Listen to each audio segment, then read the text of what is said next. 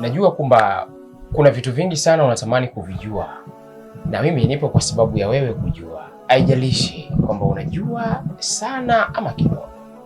Je, ushawahi kujiuliza kwamba ukubwa wa uke wa mwanamke una kipimo kipi? Sasa leo kuna machache ambayo wewe ulikuwa uyagundui kuhusu uke wa mwanamke, lakini sasa naomba nikupe haya. Kitu cha kwanza, ukubwa wa uke wa mwanamke unategemea.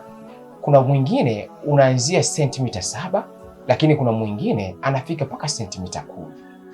Yaani ni anaanzia sentimita 7 mpaka sentimita 10. Huyu ni mwanamke ambaye yupo katika hali ya kawaida tu, hana mwemko wa aina yoyote ile, hana hisia za kimapenzi. Ni mwanamke ambaye anatoka asubuhi, anaenda kufanya mishemishe zake, anarudi. Lakini unajua kuwa mwanamke anapokuwa katika hali ya miemko,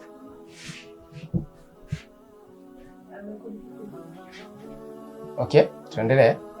Lakini unajua kuwa mwanamke anapokuwa katika hali ya miemko, yani anaposhawishika, mwanamke anapokuwa na hisia za kufanya mapenzi, uke wake una uwezo wa kutanuka mpaka kufikia sentimita 15.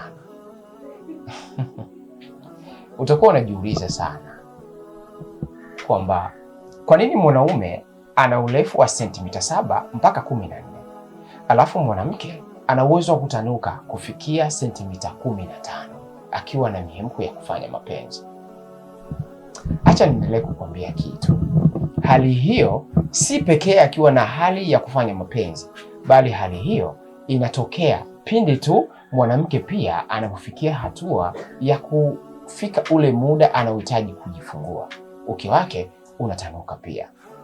Hiyo ni njia ambayo mwanamke anatoa kitu, si kuingia tu, bali ni kutaka kujifungua, na maanisha kutoa mtoto aliokuwa tumboni. Kuna kitu umekigundua hapo, lakini pia haishii hapo hapo. Unaujua kwamba uke wa mwanamke ni flexible, yaani hauna kipimo maalum ukiachilia sentimita 7 mpaka 10, bali uke wa mwanamke inategemea na maumbile ya mwanaume anayekutana naye. Sawa, kuna mwanamke ambaye anaweza kuvaa sentimita za mwanaume anayekutana naye ikiwa tu wanashiriki tendo mara kwa mara. Yaani uke wa mwanamke una kawaida ya kusinya na kutanuka. Uke wa mwanamke una uwezo wa kuishi katika kipimo cha mwanaume aliyekuwa naye kama tu hasaliti.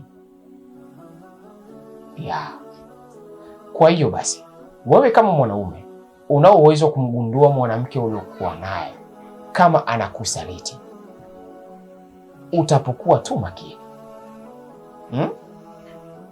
Kuna vitu vingi sana vinahusiana na uke wa mwanamke, si ndio? Lakini leo natamani niishie hapo, ila kuna mengi ambayo nataka nikujuze zaidi. Endelea kusubscribe, usisahau kucomment na kulike. Ni Sancho Pro. Sancho Pro inakuletea vitu vyote ambavyo vinahusu na mahusiano, hususan ni mapenzi, malabdabi, utakutana na kongwe, utakutana na love and drama, utakutana na vitu vingi sana. Subscribe yako itafanya watu tuwe kijiji, tuongezeke, tupate elimu ya kutosha. Usipofanya hivyo utapitwa na vitu vingi sana. Nyuma ya kamera ni Nivan. Nivan anafanya kitu kinakuwa bora zaidi. Asante sana kwako Nivan. Karibu tena wewe ambao unanisikiliza. Next time tutazungumza kiundani zaidi juu ya hili. Salute.